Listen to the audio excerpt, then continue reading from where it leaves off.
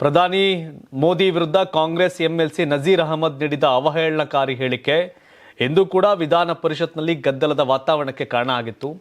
BJP ಸದಸ್ಯರು ಸದನದ ಬಾವಿಗಿಳಿದು ನಜೀರ್ ಅಹಮದ್ ವಿರುದ್ಧ ಘೋಷಣೆ ಕೂಗಿದ್ರು. ಸಭಾಪತಿ ಬಸವರಾಜ ಹೊರಟ್ಟಿ ಕೂಡ ನಜೀರ್ ಅಹಮದ್ ಬೇಷರತ್ ಕ್ಷಮೆ ಯಾಚಿಸಬೇಕು ಅಂತ ಸೂಚಿಸಿದ್ರು. ಆದರೆ ತಮ್ಮ ಹೇಳಿಕೆಗಳಿಗಾಗಿ ಶಾಸಕಾಂಗದಿಂದ ಅಮಾನತುಗೊಳ್ಳಲು ಸಿದ್ಧವಾಗಿದ್ದು ಕ್ಷಮೆ ಪೇಳುವ ಪ್ರಶ್ನೆಯೇ ಇಲ್ಲ ಅಂತ ಮಹಾತ್ಮ ಗಾಂಧಿ ನಿಜವಾದ ವಿಶ್ವಗುರು ಎಂದು ನಂಬುವುದರಿಂದ ಮೋದಿ ಅವರನ್ನ ವಿಶ್ವಗುರು ಅಂತ ಕರೆಯುವುದನ್ನು ವಿರೋಧಿಸಿರುತ್ತೇನೆ. ಹೀಗಂತ ನಜೀರ್ ಅಹಮದ್ ಪಟ್ಟು ಹಿಡಿದಿದ್ರು. ಇದರಿಂದ ಗದ್ದಲ ಮತ್ತಷ್ಟು ಹೆಚ್ಚಾದಾಗ ಕಲಾಪವನ್ನು ಮುಂದೂಡಬೇಕಾಯಿತು. ಇದಿಷ್ಟೆಲ್ಲ ಬೇರೇನೋ ಮಾತಾಡಿದ ನಜೀರ್ ಅಹಮದ್. ಚಿಂತಕರ ಚಾವಡಿ ಮೇಲ್ಮನೆ ಒಳ್ಳೇದು ಚರ್ಚೆ ಮಾಡಲಿ, ಕೆಳಗಡೆ ಪಾಪ ಕಾಸು ಕೊಟ್ಟು ಯಾರು ಆಯ್ಕೆ ಬರ್ತಾರೆ, ಮೇಲ್ಗಡೆ ಚಿಂತಕರ ಚಾವಡಿ ಆಗಲಿ ಅಂತಿತ್ತು. ಆ ಚಿಂತಕರ ಚಾವಡಿಯಲ್ಲೂ ಕೂಡ ರಾಜಕೀಯ ಇಚ್ಛಾಶಕ್ತಿ, ಕಲೆಕ್ಷನ್ನು, ಬಿಸ್ನೆಸ್ ಮಾಡೋರು ಬಂದು ಕೂತ್ಕೊಳ್ಳೋಕೆ ಶುರುವಾದರು. ಎಲ್ಲಾಗುತ್ತೆ. ವಿಧಾನ ಪರಿಷತ್ನೇ ಕ್ಯಾನ್ಸಲ್ ಮಾಡಬೇಕು ಅಂತ ಮೊದಲು ಯಾರು ಹೇಳ್ತಾರೋ, ಐ ಥಿಂಕ್ ಈಶ್ವರಪ್ಪನವ್ರು ಯಾರು ಹಿಂಗೆ ಚರ್ಚೆ ಇತ್ತು ನಮ್ಮಲ್ಲಿ. ಕ್ಯಾನ್ಸಲ್ ಮಾಡೋರಾಗುತ್ತೆ.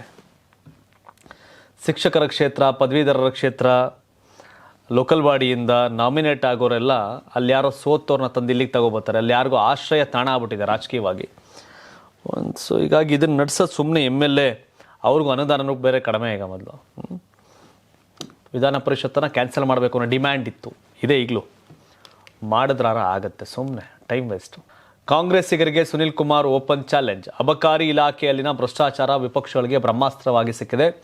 ಇದೇ ವಿಚಾರವಾಗಿ ವಿಧಾನಸಭೆ ಕಲಾಪದಲ್ಲಿ ಭಾರಿ ಗದ್ದಲವೇ ಏರ್ಪಟ್ಟಿದೆ. ಒಂದು ಹಂತದಲ್ಲಿ ಕಾಂಗ್ರೆಸ್ ಸದಸ್ಯರ ವಿರುದ್ಧ ಕಾರ್ಕಳ ಶಾಸಕ ಮಾಜಿ ಸಚಿವ ಸುನಿಲ್ ಕುಮಾರ್ ಕೆಂಡಾಮಂಡಲರಾಗಿದ್ರು. ಹಗರಣ ಅಷ್ಟೊಂದು ದೊಡ್ಡದಿದೆ, ಹಾಗಾಗಿ ಜಾಸ್ತಿ ಮಾತನಾಡಬೇಕಿದೆ ಅಂತ ಸಿಟ್ಟಾದರು. ಆಗ ದಿನೇಶ್ ಗುಂಡೂರಾವ್ ಎದ್ದು ನಿಂತು ಪರಶುರಾಮ್ ಥೀಮ್ ಪಾರ್ಕ್ನಲ್ಲಿ ನಡೆದಿದೆ ಎನ್ನಲಾದ ಭ್ರಷ್ಟಾಚಾರದ ಬಗ್ಗೆ ಪ್ರಶ್ನಿಸಿದರು. ಈ ವೇಳೆ ಸುನಿಲ್ ಕುಮಾರ್ ಓಪನ್ ಚಾಲೆಂಜ್ ಹಾಕಿದ್ದಾರೆ. ಈಗಲೇ ಚರ್ಚೆಗೆ ತೆಗೆದುಕೊಳ್ಳಿ, ನಾನು ಸಿದ್ಧನಿದ್ದೇನೆ, ಓಡಿ ಹೋಗ್ತಾ ಇಲ್ಲ ಅಂತ ಗುಡುಗಿದ್ರು. ಕಾಂಗ್ರೆಸ್ ಸರ್ಕಾರದ ವಿರುದ್ಧ ಬಂದಂತ ಕೇಳುವಂತ ಆರೋಪದ ಬಗ್ಗೆ ಪ್ರಶ್ನೆ ಮಾಡಿದ್ರೆ ನಿಮ್ದೈತೆ ಅಂತ ಸುನಿಲ್ ಕುಮಾರ್ ನಾನು ರೆಡಿ, ನೀವು ರೆಡಿನಾ ಅಂದರು. ಸುನಿಲ್ ಕುಮಾರ್ ಪ್ರಶ್ನೆಗೆ ಸವಾಲಿಗೆ ಪ್ರತಿಯಾಗಿ ಉತ್ತರ ಕೊಡೋಕ್ಕಾಗದೆ ಕಾಂಗ್ರೆಸ್ ಅವ್ರು ಸುಮ್ಮನಾದರು. ಬಿಜೆಪಿಯವ್ರು ಸರಿ ಇಲ್ಲ ಅಂತಾನೆ 2023 ಚುನಾವಣೆಯಲ್ಲಿ ಬಿಜೆಪಿಯನ್ನು ಮನೆಗೆ ಕಳಿಸಿ ಕಾಂಗ್ರೆಸ್ನ ಅಧಿಕಾರಕ್ಕೆ ತಂದವ್ರ ಜನ. ಅವರೇನೋ 40% ಅಂತೆ, PCM ಅಂತೆ, ಹಂಗೆಲ್ಲ ಇತ್ತು. ಈಗ ಅದು 40-50 ಆಗಿದೆ, 60 ಆಗಿದೆ ಅಂತಾರೆ. ಈಗ PCM ಅಲ್ಲಿ ಇನ್ನೂ ಬೇರೆ ಬೇರೆ ಥರ CMಗಳಾಗಿದೆ. ಹಾಗಾಗಿ ಅವರು ಸರಿ ಇಲ್ಲ, ಅವರು ಭ್ರಷ್ಟಾಚಾರಿಗಳು, ಅವರು ವರ್ಸ್ಟು ಅಂತಲೇ ಕಾಂಗ್ರೆಸ್ ಅವರು ಆಯ್ಕೆ ಮಾಡಿರೋದು ಜನ. ನೀವು ಸರಿ ಇಲ್ಲ, ನಾವು ಸರಿ ಇಲ್ಲ ಅಂದರೆ ಯಾಕೆ ನಿಮ್ಮಿಬ್ಬರನ್ನ ಆಯ್ಕೆ ಮಾಡಬೇಕು? ಯಾವ್ದಾದ್ರು ಹೊಸ ಪಾರ್ಟಿ ಹುಡುಕ್ಬೇಕು ಕರ್ನಾಟಕದ ಜನ. ಈ ಕಾಂಗ್ರೆಸ್ಸು BJP ಅವ್ರನ್ನ ಬಿಟ್ಟು ಹಿಂಗೆ ನೋಡಿದ್ರೆ ಅವರ ಅಯೋಗ್ಯರ ಅವಕಾಶ ಸರಿಯಾಗಿ ನಡೆಸಿಲ್ಲ. ಅವರೆಲ್ಲ ದುಡ್ಡು ತಿನ್ಬಿಟ್ರು, ಹಾಳು ಮಾಡಿಬಿಟ್ರು, ಲೂಟಿ ಮಾಡಿಬಿಟ್ರು ಅಂತ ತಾನೇ ನಿಮ್ಗೆ ಓಟ್ ಹಾಕಿರೋದು. ನಿಮ್ಮ ತೆಗಿಲ್ಲ, ಅಯ್ಯೋ ದೇವ್ರೆ.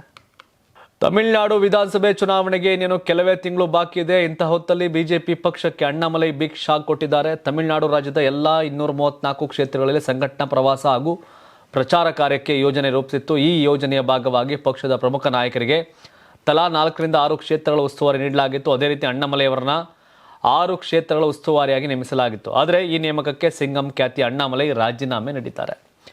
ಈ ಬಗ್ಗೆ ಕೊಯಮತ್ತೂರಲ್ಲಿ ಅಣ್ಣಾಮಲೈ ಕ್ಲಾರಿಟಿ ಕೊಟ್ಟಿದ್ದಾರೆ. ತಮ್ಮ ತಂದೆಯ ಆರೋಗ್ಯ ಸ್ಥಿತಿ ಗಂಭೀರವಾಗಿದೆ. ಈ ಹೊತ್ತಲ್ಲಿ ಕುಟುಂಬಕ್ಕೆ ಹೆಚ್ಚಿನ ಸಮಯ ನೀಡಬೇಕಾಗಿದೆ. ಹೀಗಾಗಿ ಮುಂಬರುವ ವಿಧಾನಸಭೆ ಚುನಾವಣೆಯ ಕ್ಷೇತ್ರ ಉಸ್ತುವಾರಿ ಕರ್ತವ್ಯಗಳನ್ನು ನಿರ್ವಹಿಸಲು ತಮಗೆ ಸಾಧ್ಯವಾಗ್ತಾ ಇಲ್ಲ. ತಮ್ಮ ನಿರ್ಧಾರ ಸಂಪೂರ್ಣ ವೈಯಕ್ತಿಕವಾಗಿದೆ ಅಂತ ಸ್ಪಷ್ಟನೆ ಕೊಟ್ಟಿದ್ದಾರೆ. ಪಾಪ IPS ಅಧಿಕಾರಿಯಾಗಿ ಬೆಂಗಳೂರಲ್ಲಿ ಹೆಂಗೋ ಕೆಲಸ ಮಾಡ್ತಾ ಇದ್ರು ಕರ್ನಾಟಕದಲ್ಲಿ. ಅವ್ರನ್ನ ಕರ್ಕೊಂಡು ಹೋಗಿ ತಮಿಳ್ನಾಡಲ್ಲಿ ರಾಜಕಾರಣ ಕಳಿಸಿದ್ರು ಬಿಜೆಪಿಯವರು. ಲಾಸ್ಟ್ ಟೈಮು MLA ಸೋತರು, ಅದಾದಮೇಲೆ MP ಸೋತರು, ರಾಜ್ಯಾಧ್ಯಕ್ಷರಾಗಿದ್ದರು. ಸಪ್ರೇಟ್ ADMK ಜೊತೆ ಪ್ರತ್ಯೇಕ ಆಗ್ಬಿಟ್ಟು ವೋಟ್ ಶೇರ್ನ 15%ಗೆ ತಗೊಂಡೋದ್ರು ಅಣ್ಣಾಮಲೈ. ಪಾರ್ಟಿ ಕರೆಕ್ಟಾಗಿ ಕಟ್ಟೋ ಟೈಮಲ್ಲಿ AIADMK ಜೊತೆ ಮೈತ್ರಿ ಆಗಬೇಕಾಯ್ತು ಅಮಿತ್ ಶಾ. ಅಷ್ಟೆಲ್ಲ ತನ್ನ ವೈಯಕ್ತಿಕ ಹಿತಾಸಕ್ತಿನ ಬದಿಗಿಟ್ಟು ತಮಿಳ್ನಾಡಲ್ಲಿ ಪಾರ್ಟಿ ಕಟ್ತಂತ ಅಣ್ಣಾಮಲೈನ ಬಲಿ ಹಾಕಿದ್ರು. ನಾಯನರ್ ನಾಗೇಂದ್ರ ಅವ್ರನ್ನ ರಾಜ್ಯಾಧ್ಯಕ್ಷರು ಮಾಡಿದ್ರು. ಅಣ್ಣಾಮಲೈಗೆ ಒಂದು ಪೋಸ್ಟ್ ಕೊಡಲಿಲ್ಲ ಬಿಜೆಪಿಯವರು. ಪಾಪ ಒಳ್ಳೆ ಆಫೀಸರು, ಒಳ್ಳೆ ಲೀಡ್ರು ಕೂಡ ಆಗಿದ್ರು. ಎಲ್ಲ ಹೋಗ್ಬಿಟ್ಟು ಯಾವುದೋ ವಿಜಯ್ ಪಾರ್ಟಿ ಸೇರ್ಕೊಂಡ್ರಾಗತ್ತಪ್ಪ ಇವರೆಲ್ಲ. ಸುಮ್ಮನೆ ಬಿಜೆಪಿಯವರು ಯಾರು ಬೇಕಾದ್ರೂ ಬಲಿ ಕೊಡ್ತಾರೆ. ಅಣ್ಣಾಮಲೈಗೆ BJP ತನ್ನ ಮೈತ್ರಿಗಾಗಿ ಅಣ್ಣಾಮಲೈನ ಬಲಿ ಕೊಟ್ಟು ತಮಿಳ್ನಾಡಲ್ಲಿ, ನೋ ಡೌಟ್. ಅಂತಾರಾಷ್ಟ್ರೀಯ ವಾಣಿಜ್ಯ ಮೇಳ 2026 ಫೆಬ್ರವರಿ 6, 7, 8ರಂದು ಬೆಂಗಳೂರಿನ ಅರಮನೆ ಮೈದಾನದ ತ್ರಿಪುರವಾಸಿನಿಯಲ್ಲಿ ಆಯೋಜಿಸುತ್ತಿದೆ. ಇದು ಕರ್ನಾಟಕ ಕೃಷಿ ಇಲಾಖೆ ಪ್ರಕಟಣೆ. ಯಾರಾಗ್ತಾರೆ ಎಂಎಲ್ಎ ಅಭ್ಯರ್ಥಿ 2028 ಶೀಘ್ರದಲ್ಲೇ. ಪ್ರತಿದಿನ ಒಂದೊಂದು ಕ್ಷೇತ್ರದ ಟಿಕೆಟ್ ಆಕಾಂಕ್ಷಿಗಳ ಸಂಪೂರ್ಣ ಮಾಹಿತಿ ಪೊಲಿಟಿಕಲ್ ಜರ್ನಲಿಸ್ಟ್ ಕೆಎಂ ಶಿವಕುಮಾರ್ ಅವರಿಂದ. ಕರ್ನಾಟಕದ ನಂಬರ್ 1 ಡಿಜಿಟಲ್ ಮೀಡಿಯಾ ನಿಮ್ಮ ನೆಚ್ಚಿನ ಕರ್ನಾಟಕ ಟಿವಿಯಲ್ಲಿ ಮಾತ್ರ.